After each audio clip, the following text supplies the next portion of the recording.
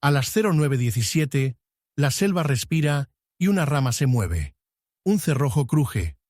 Un hombre cae de un baniano a 240 metros de distancia y el bosque se queda en silencio. Se habían reído del fusil. Comprado por correspondencia, pulido, un juguete para civiles en una guerra de garands y ametralladoras. Pero el sonido de ese Winchester modelo 70 lo cambió todo. Durante 4 días, un fusil y una mano firme convirtieron un campo de batalla en un claro. 11 francotiradores murieron. Hombres que habían tenido miedo de ir a buscar agua caminaron sin escolta. Las líneas de suministro volvieron a funcionar. Comandantes que antes se burlaban del arma pidieron lecciones. Algunos registros lo llaman leyenda. Otros, imposible. Esta es la historia que están a punto de escuchar. No solo una lista de bajas, sino una reconstrucción, minuto a minuto, de cómo un solo tirador usó paciencia, habilidad y unas pocas balas cuidadosamente colocadas para romper una táctica enemiga. Retrocederemos al momento previo al disparo. Conoceremos al hombre que compró su propia mira telescópica, y lo seguiremos al búnker donde esperó, observó y disparó. Verán las matemáticas detrás de sus decisiones. Balas gastadas versus vidas salvadas. Y las pequeñas improvisaciones que convirtieron la puntería civil en doctrina de batalla. A lo largo del camino, señalaremos las afirmaciones que requieren verificación y les mostraremos las pruebas existentes, tiempos, distancias, recuentos de munición y reacciones de testigos presenciales. Al final, ustedes mismos decidirán si esto fue una casualidad, un mito o un avance táctico que salvó docenas de vidas. Céntrense en los detalles. Hay un momento, en el tercer día, en un cráter lleno de agua, que la mayoría de los relatos pasan por alto. Si creen saber cómo termina esto, esperen, porque los registros de radio del enemigo cuentan una historia diferente. El búnker huele a sudor y a aceite de armas. Los sacos de arena se hunden bajo el peso de una larga noche. Una taza de hojalata tintinea a sus espaldas. La luz penetra a través del dosel. No tiene frío. No está nervioso. Es preciso. La culata del Winchester aún está pegajosa por la cosmolina de la caja. La limpia con la palma de la mano y siente la veta. La mira telescópica Lyman Alaskan está baja y cerca de su ojo. 2 aumentos y medio. No mucho, pero suficiente. Comprueba la montura. 2 clics a la derecha, 2 clics arriba. La mira telescópica hace clic como un metrónomo. El mundo se reduce a retículas y sombras. A las 09:17, la selva respira de otra manera. Una rama se mueve a 240 metros de distancia en un baniano. El movimiento es un pequeño tic humano contra 1000 hojas. Lo ve a través de la mira y el mundo se queda en silencio. Los pájaros siguen cantando, pero el sonido ahora es lejano. Exhala. Inhala. Deja que el gatillo soporte el peso. El Winchester cruje. El disparo es agudo e inmediato. La rama se sacude. Una figura oscura se desploma y rueda entre las ramas. El cuerpo cae al suelo con un golpe sordo. Por un instante, no ocurre nada más. Entonces, un grito desde el sendero. Alguien ve la caída. Los hombres del perímetro se quedan paralizados. La selva parece contener la respiración. Acciona el cerrojo. El casquillo vacío se expulsa con un suave ping. Carga otra bala. No celebra. No levanta la vista. Observa los árboles. Sabe que los francotiradores trabajan en parejas. Sabe que el segundo hombre se moverá. Espera. A las 09:43, otra figura se mueve, esta vez más abajo, más cerca del sendero. La mira telescópica muestra a un hombre deslizándose por un tronco, intentando escapar. Adelanta el movimiento por un instante. Se aprieta. El segundo disparo resuena. El hombre cae. 2 disparos. 2 muertos. 2 árboles vaciados de hombres que llevaban días matando a sus camaradas, frases cortas ahora. Los disparos no eran milagros, eran práctica, eran matemáticas. Se había entrenado para grupos a distancia. Había aprendido a leer el viento y las sombras. Los hombres de Garand se habían reído del cerrojo y la mira telescópica. Lo llamaban juguete. No sabían la diferencia entre un rifle para ciervos y un rifle para un hombre que espera. Los trazadores no son visibles bajo la luz verde. Pero el impacto sí. Las hojas revolotean. Una rama se quiebra. La selva se reorganiza en torno a la ausencia.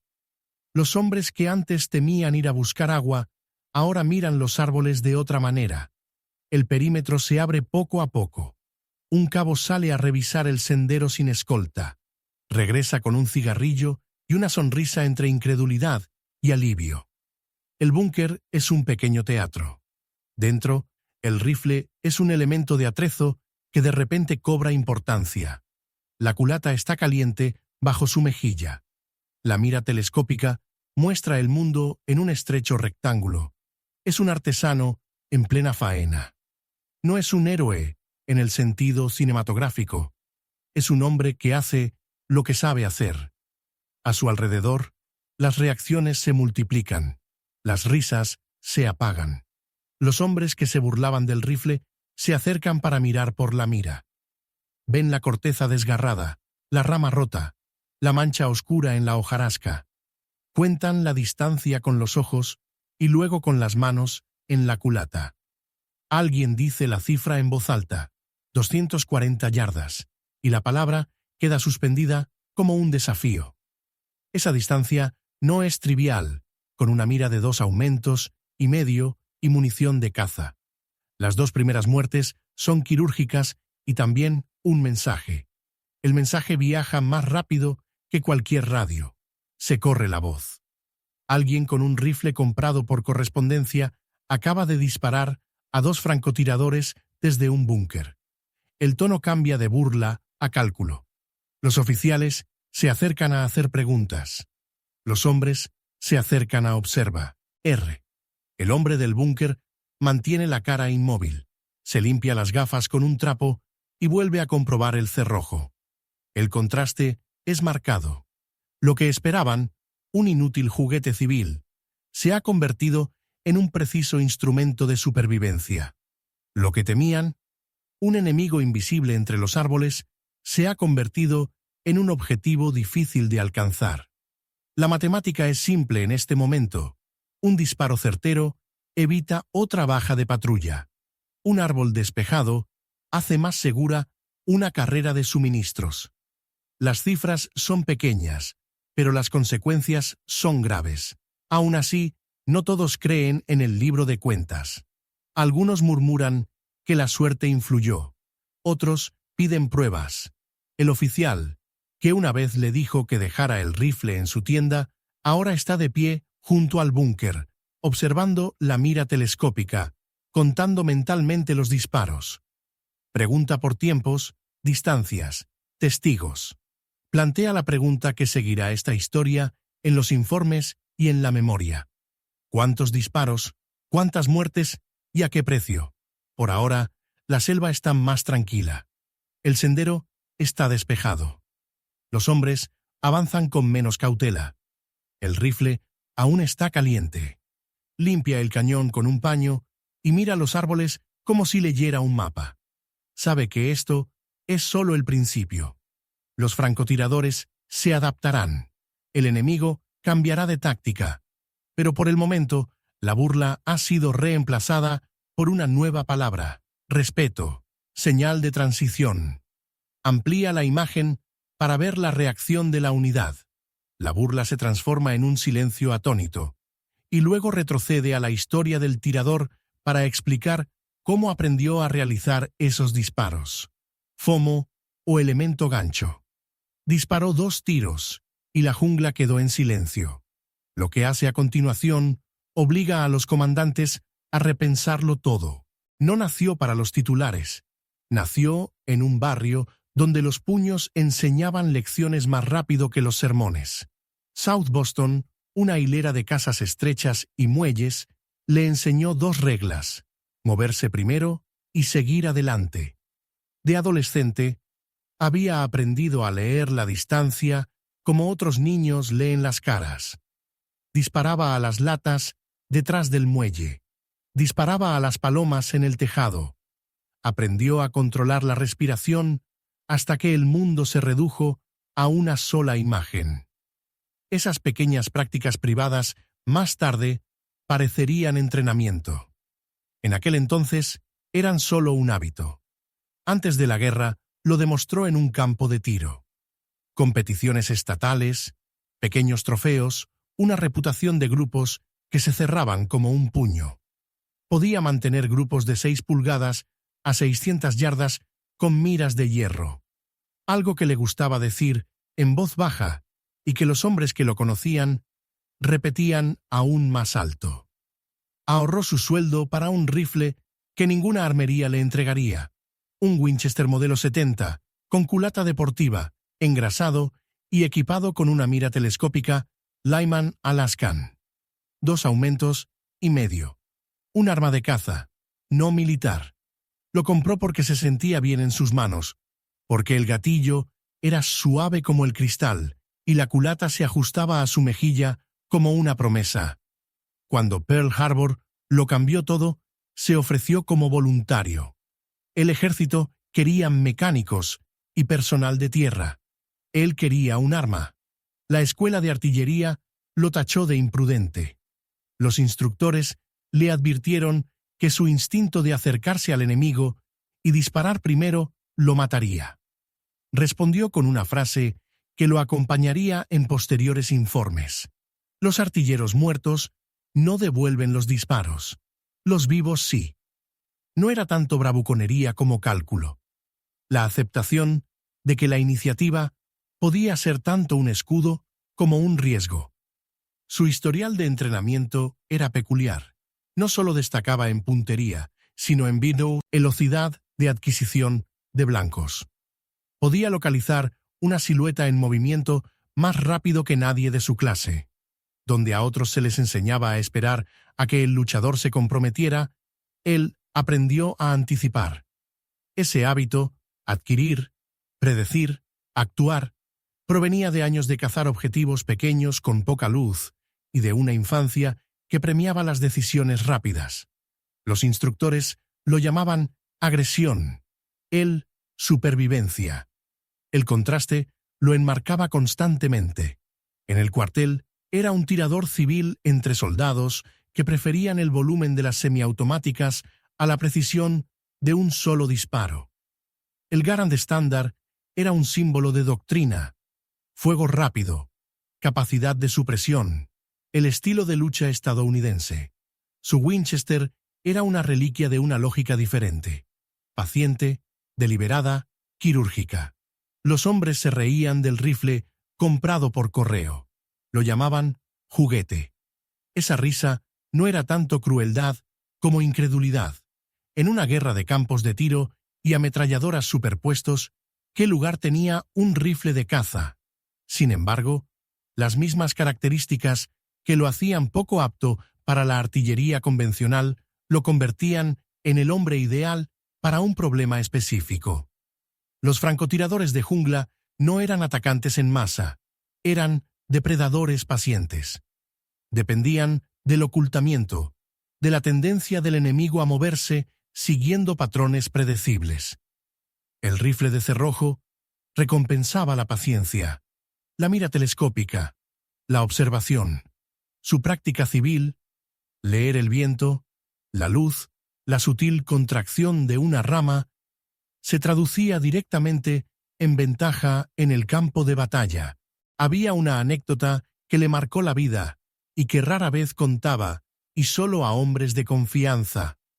Una mañana de invierno, en un campo de tiro helado, un blanco a 600 yardas, un viento que hacía crujir las banderas como látigos. Disparó 5 rondas, cada una de las cuales fue una pequeña discusión con el clima. El grupo se apretó hasta que el entrenador, un hombre duro que rara vez elogiaba, se acercó y dijo: «No disparas como un cazador, disparas como un hombre que espera estar vivo después del disparo». Esa frase no era vanidad, era una filosofía. Entrenaba para estar vivo después del disparo. Cuando se embarcó al extranjero, el rifle lo acompañó en una caja de madera. Los oficiales vieron la caja y se quedaron atónitos. El armero preguntó si era para siervos o para alemanes. No dijo nada y dejó que el rifle hablara cuando tenía que hacerlo. En el campo de batalla, el contraste entre su pasado civil y su presente militar se convirtió en método.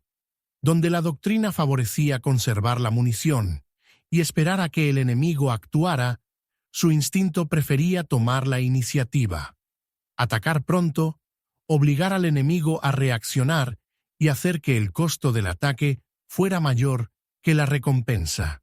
Ese temperamento, paciencia y agresividad, a partes iguales, perfeccionado en campos de tiro y en peleas callejeras, sería el motor de lo que vendría después. Explicaba por qué se sentaba durante horas en un búnker, por qué cambiaba la comodidad del conformismo por el riesgo de la improvisación, y por qué un rifle comprado por correspondencia no sería motivo de burla por mucho tiempo. Los hombres que se burlaban de él aún no entendían la aritmética que había aprendido. Un solo disparo preciso podía evitar una docena de disparos caóticos. Esa aritmética sería el lenguaje de la supervivencia en los bosques que se avecinaban. Llegó al 132 oro, con una caja y una reputación que aún no se había ganado. La unidad era una mezcla de guardias nacionales y reclutas recién reclutados, un batallón que había rotado hacia el Pacífico tras meses de defensa estática y de ir de isla en isla. La doctrina en sus manuales favorecía el volumen y la supresión. Garands, bars, campos de tiro superpuestos y patrullas que se movían en parejas o escuadrones con fuego de cobertura. El trabajo de francotirador existía en teoría, pero en la práctica era un nicho, una rareza manejada por marines o equipos especialmente destacados. Un rifle de caza de cerrojo con una mira telescópica de 2 aumentos y medio parecía, para la mayoría de los oficiales, una afectación. Las primeras semanas fueron de fricción. Los oficiales lo calificaron de poco convencional. El armero registró el Winchester en el inventario y luego le pidió que lo dejara en la tienda. No lo hizo. Lo llevaba en sus patrullas envuelto en hule, con la etiqueta de la caja borrada. Los hombres bromeaban sobre la valentía de los que compran por correspondencia. Llamaban a la mira un juguete. La risa era práctica. En la lucha en la selva, el Garand semiautomático y la capacidad de realizar fuego de supresión eran las herramientas de supervivencia aceptadas. Un rifle de un solo tiro parecía sacrificar la cadencia de tiro por una esperanza de precisión que el terreno rara vez recompensaba. Sus primeras misiones demostraron la falsedad de la teoría con pequeñas pero tenaces consecuencias. En una patrulla de reabastecimiento, el batallón envió un equipo de 3 hombres a revisar un sendero que había sido alcanzado 2 veces la semana anterior. El equipo avanzaba lentamente. 2 hombres cubrían el terreno mientras uno revisaba la maleza. Un fusilero japonés, oculto entre una maraña de raíces, disparó un solo tiro que impactó al líder en el hombro. La patrulla se quedó paralizada. El herido necesitaba ser rescatado, y el sendero quedó al descubierto. La doctrina exigía una retirada y la supresión de la artillería. Él defendía un enfoque diferente, una vigilancia deliberada desde una posición oculta mientras usaba el Winchester para eliminar al tirador. Lo dejaron intentarlo. Se subió a un búnker bajo y observó la hilera de árboles. Ajustó la intensidad del viento y la luz. Contó el movimiento de las hojas y esperó. A 120 yardas, el enemigo se dejó ver un segundo para ajustar la mira. Disparó una vez. El tirador cayó. La patrulla recuperó al herido sin más contacto. Los oficiales que se habían burlado del rifle tomaron notas. La anécdota se extendió no como una leyenda, sino como un recordatorio práctico. Un rifle de cerrojo, usado por un tirador paciente, podía neutralizar la amenaza de un francotirador sin tener que recurrir a la artillería, lo que también destruiría el rastro y la posibilidad de reabastecerse. Siguieron sesiones de entrenamiento, al principio informales. Enseñó a controlar la respiración, a usar el gatillo con precisión y a interpretar los microvientos de la selva. Como un claro en el dosel podía crear un viento cruzado que desviaría una bala del calibre .30-06 a centímetros del objetivo a 200 yardas. Mostró a los hombres cómo usar apoyos naturales, raíces, troncos caídos, el borde de un cráter de proyectil para estabilizar un rifle pesado. Hizo hincapié en la observación. La mira telescópica Lyman tenía poco aumento, pero hacía visible el movimiento que el ojo humano no percibía.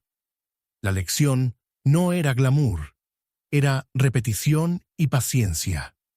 Entrenó a equipos de 2 hombres, tirador y observador. El observador aprendió a predecir el viento, a contar los segundos entre respiraciones y a observar el temblor revelador de una rama. El contraste se agudizó a medida que se acumulaban los resultados, mientras que la doctrina priorizaba la conservación de munición y la espera de un ataque claro y decidido. Su método abogaba por tomar la iniciativa, atacar con prontitud para obligar al enemigo a reaccionar. Los comandantes se preocupaban por los disparos desperdiciados y el riesgo de exponer a un tirador. Argumentaba con aritmética simple. Unos pocos disparos precisos que evitaban una emboscada salvaban más vidas y recursos que un tiroteo defensivo fallido. Ese cálculo empezó a ganar adeptos cuando las patrullas regresaron con menos bajas y más suministros intactos. No todos los experimentos tuvieron éxito. Los errores iniciales, malas lecturas del viento, una mala puntería sobre un blanco en movimiento, costaron balas y generaron críticas. Aproximadamente el 30% de los hombres que probaron sus métodos no se adaptaron. Recurrieron a sus instintos conservadores bajo presión. Pero quienes aprendieron la disciplina se convirtieron en multiplicadores de fuerza. Pequeños equipos entrenados por él despejaron puntos de emboscada, redujeron el acoso de los francotiradores y les dieron tiempo a los ingenieros para reparar las rutas. El Winchester dejó de ser una curiosidad, se convirtió en una herramienta de un repertorio táctico más amplio, uno que combinaba la puntería civil con la necesidad del campo de batalla. Las arboledas de Point Cruz no eran un campo de batalla en el sentido cinematográfico. Eran una maraña de troncos y raíces, un lugar donde la luz entraba en finos destellos verdes y el sonido se desdibujaba. Los banianos se alzaban como columnas, algunos troncos más anchos que un hombre. Sus raíces aéreas tejían el dosel, formando un techo que convertía la luz del día en una catedral tenue. La visibilidad bajo ese techo se medía en yardas, no en metros. Un hombre podía sentarse a 90 pies de altura y ser invisible hasta que se movía. Senderos, que parecían seguros a distancia, se convertían en embudos de muerte cuando un francotirador aprendía el patrón de patrullas y grupos de suministros. A finales de enero, el registro del batallón parecía una pequeña y constante pérdida de fuerza. Las patrullas que regresaban de las misiones de agua y reabastecimiento reportaban disparos únicos y precisos desde los árboles. 14 hombres habían muerto en 72 horas, en el sector que la compañía llamaba los bosques. Los grupos de suministro se retrasaban o necesitaban escoltas. Los ingenieros no podían mover cuerdas ni combustible sin una pantalla. La moral se desgastó poco a poco. Los hombres que antes bromeaban en la tienda del comedor comenzaron a moverse en parejas, luego en tríos y finalmente en un silencio nervioso. Los comandantes se preocupaban menos por un solo tiroteo que por el efecto acumulativo, raciones perdidas, reparaciones retrasadas y la lenta erosión de la confianza que encarecía cada patrulla. El problema táctico tenía tres partes. Primero, el enemigo usaba el terreno para neutralizar el fuego de volumen. En la cubierta de vuelo, la ventaja de una semiautomática en cadencia de tiro se veía mermada por la ocultación y el ángulo. Segundo, los francotiradores trabajaban en parejas y rotaban posiciones. Uno disparaba, uno se movía, el otro cubría. Este patrón dificultaba los barridos de contrafrancotiradores, ya que el tirador rara vez permanecía el tiempo suficiente para ser inmovilizado. Tercero, el efecto psicológico multiplicaba el físico. Un solo disparo bien colocado obligaba a las patrullas a desviarse, ralentizaba la logística y creaba brechas en el ritmo operativo del batallón. Las arboledas no solo mataban hombres, le daban tiempo y espacio al enemigo. La doctrina estándar ofrecía instrumentos contundentes. La supresión de artillería podía despejar un sector, pero también destruiría las rutas y cualquier posibilidad de reabastecimiento inmediato. Las patrullas numerosas con campos de tiro superpuestos reducían el riesgo individual, pero aumentaban la exposición a emboscadas y requerían personal, del que el batallón no podía prescindir. Los destacamentos de francotiradores existían en teoría, pero en la práctica eran un recurso escaso, a menudo asignados a sectores de mayor prioridad o a unidades de marines con un entrenamiento diferente. La estrategia aceptada favorecía una gestión de riesgos conservadora, evitar los árboles, solicitar apoyo y aceptar el retraso operativo. Ese cálculo tenía sentido en teoría, pero sobre el terreno significaba que los convoyes de suministro se ralentizaban al mínimo y los heridos esperaban más tiempo para ser evacuados. El contraste agudizó la situación. La doctrina conservadora del batallón consideraba las arboledas como un problema que debía contenerse. La opción improvisada, desplegar un tirador paciente con un rifle de precisión y enseñar a pequeños equipos a operar como parejas de tirador y observador. Consideraba las arboledas como un problema que debía desmantelarse. La primera minimizaba el riesgo inmediato para la unidad al evitar el contacto. La segunda aceptaba la exposición individual para reducir la vulnerabilidad colectiva. Era un dilema clásico: riesgo individual versus supervivencia colectiva. Los comandantes debían decidir si preservar la doctrina o aceptar un método poco ortodoxo que podría salvar vidas, pero arriesgarse a un juicio militar si fallaba. La logística hizo que la decisión fuera urgente. Los campos se ubicaban a lo largo de un eje de suministro para las posiciones avanzadas. Los ingenieros necesitaban cuerdas y combustible para mantener las radios y los generadores en funcionamiento. Las rutas de evacuación médica dependían de rutas predecibles. Cada día que los campos permanecían disputados, el alcance operativo del batallón se reducía. Los informes de inteligencia sugerían que el enemigo había desplegado 11 francotiradores en la zona, operando en parejas, con un tercer hombre como flotador. Esa cifra, 11, no era solo una estadística, era un pronóstico de desgaste. Si la situación continuaba, el batallón se vería obligado a desviar fuerzas de tareas ofensivas a pantallas defensivas, y el cronograma de la campaña se retrasaría. También existía un cálculo humano. Los hombres que habían recibido 1 o 2 disparos desarrollaron hábitos que aumentaban el riesgo. Se movían más rápido, cometían errores, desconfiaban menos. El impacto psicológico se medía en pequeños comportamientos que conllevaban grandes consecuencias. Limpiar los bosques restauraría la rutina, reduciría la necesidad de escoltas y devolvería al batallón a una posición que le permitiera avanzar hacia el oeste en lugar de simplemente sobrevivir. Ante esa presión, apareció un hombre con un rifle de cerrojo y una mira telescópica. La decisión de dejarlo intentarlo no fue puramente táctica. Fue una apuesta al temperamento y a las matemáticas. Su argumento fue simple y se basó en la aritmética.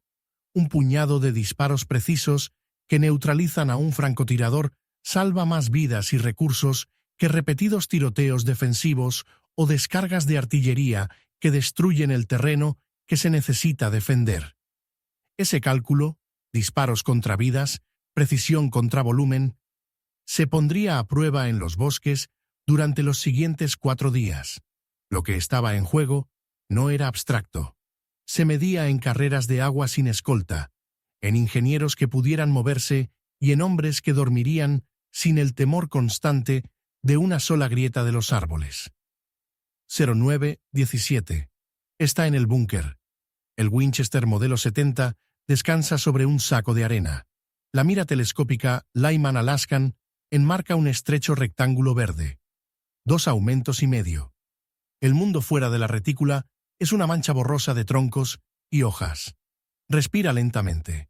Observa una bifurcación en un baniano a 240 yardas.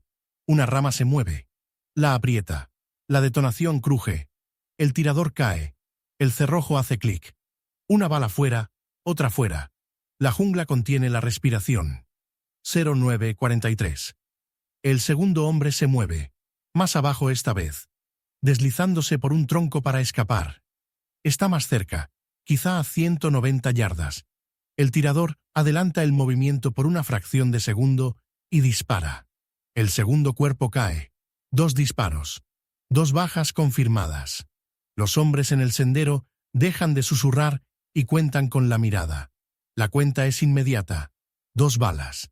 2 vidas salvadas de futuras emboscadas. El rifle ya no es un juego, es una herramienta. ICRAR 11:30. El perímetro se estrecha. Los oficiales llegan y preguntan por los tiempos y las distancias. Alguien anota el registro. 09-17, 09-43. 2 francotiradores abatidos. Corre la voz. El tirador limpia el cerrojo, revisa la mira telescópica y cuenta los disparos. Tiene 5 balas en el cargador y un puñado de cargadores desmontados en su bolsa. No había disparado más de 3 veces con furia hasta hoy. Guarda los casquillos vacíos en el bolsillo y espera. El enemigo se adaptará. 45. Empiezan a caer morteros. Los japoneses tienen un fogonazo o sonido triangulado. La primera salva impacta corta. La segunda, más cerca. La tercera explota donde minutos antes se alzaba el búnker. Se pone de pie y se pone en marcha antes de que se asiente el polvo. Agarra el Winchester, se lo cuelga y corre hacia el norte, siguiendo la línea de árboles. Se zambulle en un cráter de proyectil a 120 yardas de distancia. El fusil está embarrado. La mira tiene una mancha, la limpia con la manga y reanuda la observación. La adaptación es inmediata en ambos bandos. Día 2, 08-15. Lluvia. La visibilidad se reduce a 100 yardas. Se desplaza a una nueva posición al amanecer. Un árbol caído que le proporciona una posición ligeramente superior. El enemigo aprovecha la lluvia para trepar. A las 09:12, una figura aparece a 290 yardas, en lo alto de un baniano. Compensa la distancia y el viento. Dispara. El francotirador cae. El alcance es mayor. El disparo más preciso. El Winchester responde. Uno más, caído. La cuenta aumenta. El enemigo está aprendiendo sus capacidades y ampliando la distancia para evitar ser detectado. 12:00. Los japoneses empiezan a cambiar de patrón. Dejan de moverse durante el día. Se quedan paralizados en el dosel y esperan la noche.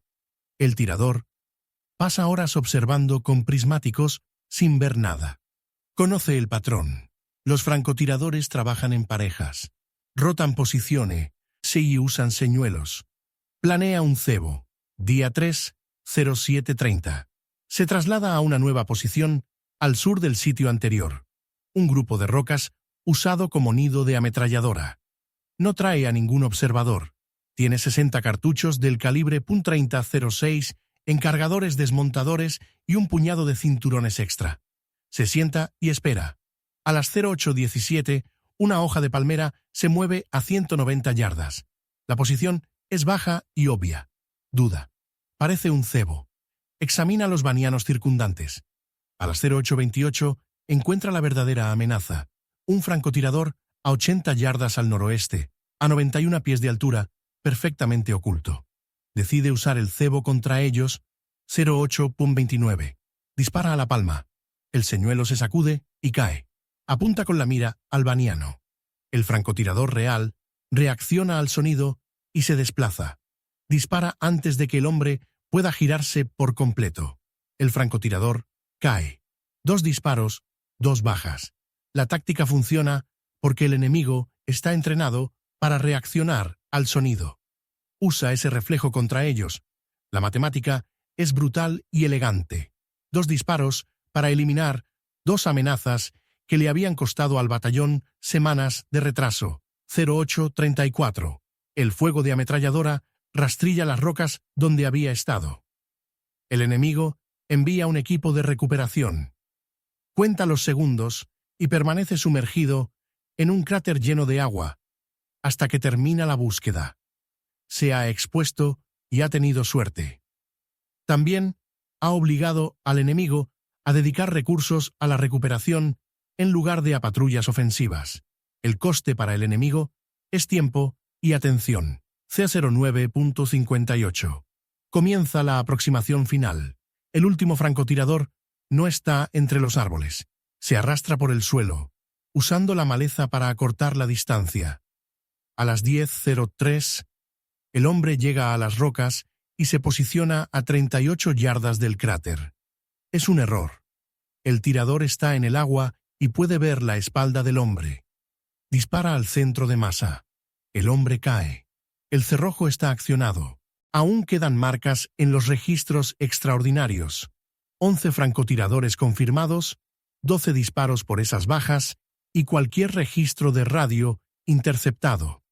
Se necesitan documentos primarios, informes posteriores a la acción, registros de unidad e intercepciones de radio para confirmar las cifras exactas y separar la memoria de los testigos de las manipulaciones posteriores. Documente las consecuencias tácticas y materiales inmediatas. Bajas enemigas, confirmadas y probables. Munición utilizada. Estado del equipo. Barro, agua, alineación de la mira telescópica y las reacciones del batallón en el lugar. Revisiones médicas, informes de oficiales y cambios de moral. Indique dónde se requiere verificación del testimonio de testigos presenciales o recuentos extraordinarios. Esta sección cierra el ciclo de combate y establece la revisión doctrinal posterior. El perímetro exhala en oleadas lentas e incrédulas. Hombres que minutos antes habían estado paralizados por el miedo, ahora se mueven con una energía distinta. Revisan botas, cuentan balas y piden camillas. El primer registro es tosco y humano. Nombres gritados, horas garabateadas, en un registro de lápiz graso, la pregunta repetida. ¿Cuántas balas? ¿Cuántos impactos? Los oficiales se reúnen en el borde del búnker e intercambian miradas que significan lo mismo. Esto no se suponía que pasara así. Un recuento preliminar registra 11 cuerpos enemigos retirados de las arboledas durante el período de 4 días, con un puñado de probables adicionales y equipo dañado, avistado por las patrullas. El tirador informa aproximadamente una docena de disparos específicamente contra blancos de francotirador, además de disparos adicionales durante el tiroteo en el cráter y mientras se desplazaba bajo fuego. Los manifiestos de munición en el registro son confusos. Tiras y cargadores dispersos, algunos cinturones desaparecidos. Pero el cálculo inmediato es claro. Un pequeño número de disparos precisos produjo un efecto táctico descomunal. Cuando los recuentos exactos son extraordinarios, se marcan para su posterior confirmación. La inspección del equipo es práctica y directa. La culata del Winchester está manchada de cosmolina, barro y agua. El cerrojo funciona, pero presenta arenilla en el cajón de mecanismos. La mira telescópica Lyman Alaskan mantiene la puesta a cero dentro de límites aceptables. Las monturas están intactas, aunque el cristal presenta una leve mancha por la caída en el cráter. Los hombres observan el estado del rifle con una mezcla de curiosidad profesional y respeto renovado. Los Garand y Barr de serie muestran el desgaste habitual, abolladuras, pavonado raspado, algunas culatas agrietadas por un manejo brusco, pero ninguna falla catastrófica. El daño más significativo se produjo en el búnker de sacos de arena, de estilo bombardero, que fue alcanzado por la salva de mortero. Los sacos de arena están destrozados y una sección del parapeto ha desaparecido, pero la posición se mantuvo. Los controles médicos reportan metralla menor y contusiones por los casi impactos de mortero. No se registraron bajas en el perímetro aliado durante el enfrentamiento. Los cambios en la moral son inmediatos y se reflejan en el comportamiento. Las partidas de agua se reanudan con pantallas más pequeñas. Los ingenieros trasladan cabos y combustible con menos escoltas, y el ritmo de patrulla se normaliza. Los oficiales comienzan a registrar el evento no como una anécdota aislada, sino como un dato táctico. El informe se formaliza en cuestión de horas. Se toman declaraciones de testigos, se registran tiempos y distancias, y se solicita al tirador que presente un relato por escrito. Los comandantes solicitan un informe consolidado posterior a la acción y recomiendan que cualquier información extraordinaria, conteo de bajas, conversaciones enemigas interceptadas y la proporción precisa de disparos por bajas, se corrobore con los registros de la unidad, los informes de patrulla y cualquier interceptación de radio disponible. Señal de transición.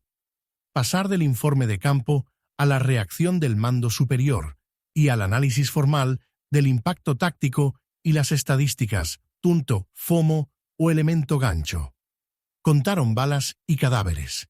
Lo que mostraba el libro de contabilidad dejó atónito al mando, y las cifras obligarán a plantear una pregunta difícil sobre la doctrina.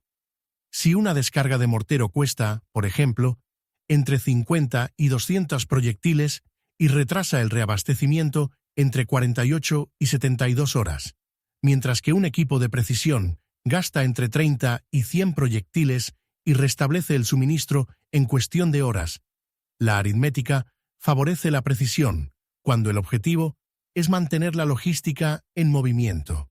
Ese cálculo, rondas gastadas versus días operativos ahorrados, es el núcleo del argumento doctrinal para adoptar tácticas de francotiradores dirigidos en terrenos similares. Las cifras exactas, en este caso, 12 disparos por 11 bajas de francotiradores o cifras similares, son extraordinarias y deben corroborarse con informes posteriores a la acción y manifiestos de unidad. El encuadre contrastante es esencial aquí. Doctrina antes del evento se hizo hincapié en la gestión conservadora de riesgos, evitar los árboles, solicitar apoyo y aceptar retrasos. Este enfoque minimizó la exposición inmediata, pero aceptó el costo operativo acumulado. Improvisación. Desplegando un tirador paciente con un rifle de caza y entrenando pequeños equipos de tiradores observadores, se aceptó la exposición individual para reducir la vulnerabilidad colectiva. El equilibrio es claro. Riesgo individual versus supervivencia colectiva, donde la doctrina priorizaba la previsibilidad y el control. El método improvisado priorizaba la iniciativa y la disuasión.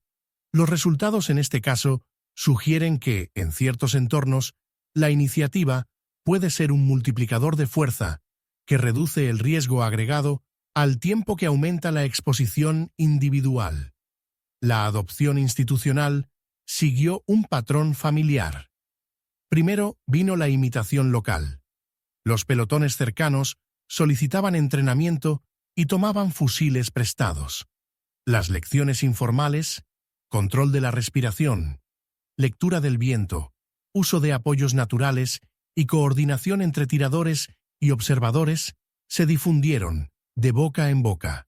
Después vino la formalización.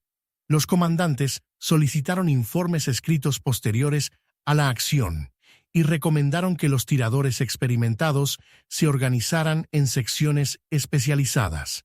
Si el alto mando autorizaba un programa de entrenamiento, el efecto se ampliaría.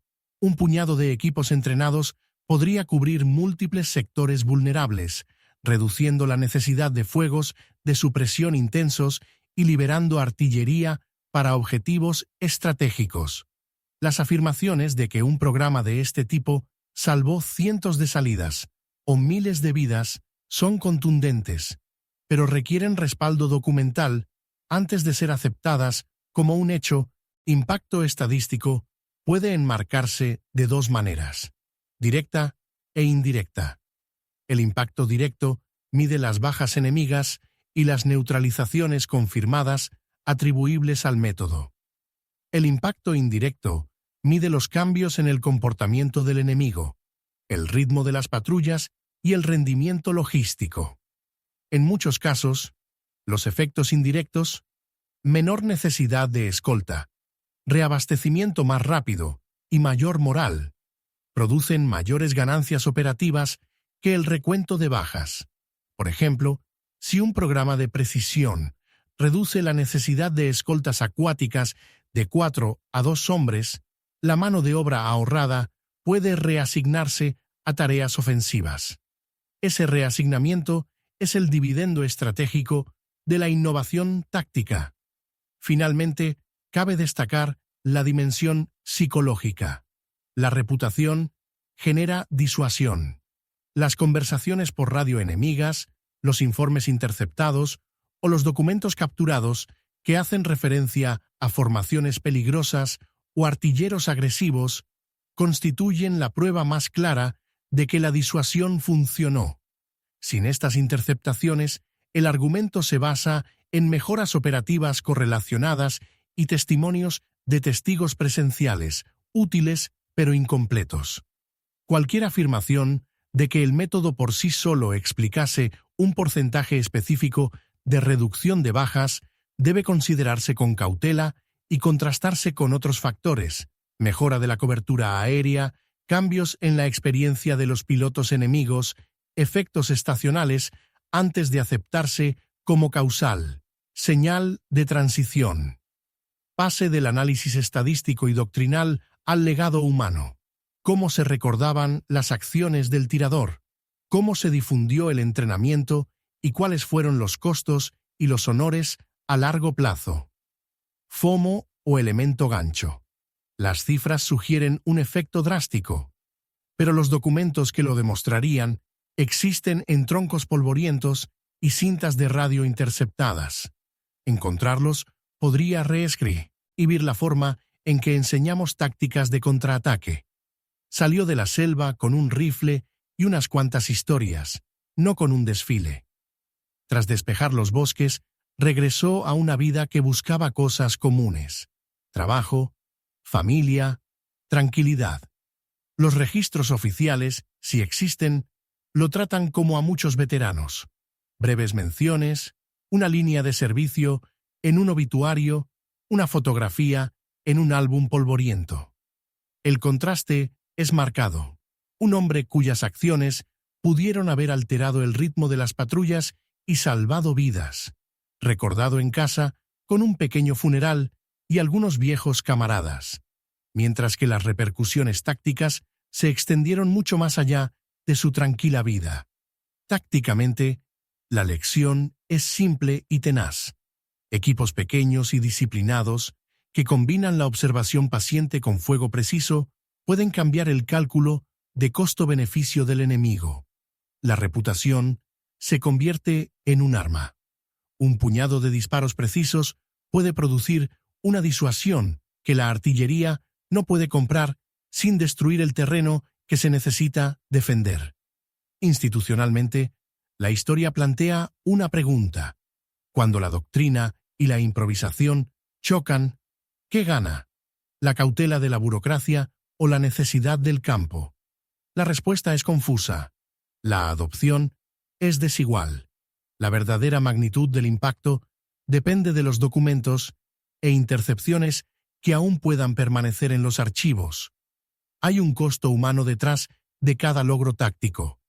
Los hombres que aprendieron el método pagaron con noches de insomnio y el peso de decisiones que arriesgaron una vida para salvar muchas. Algunos abandonaron el entrenamiento. Otros se convirtieron en leyendas en círculos reducidos. Rara vez hablaba de ello. Cuando se le preguntaba, se encogía de hombros y decía que hacía lo que debía hacer. Esa humildad es parte de su legado. Un hombre tranquilo cuyo trabajo importaba más que su reconocimiento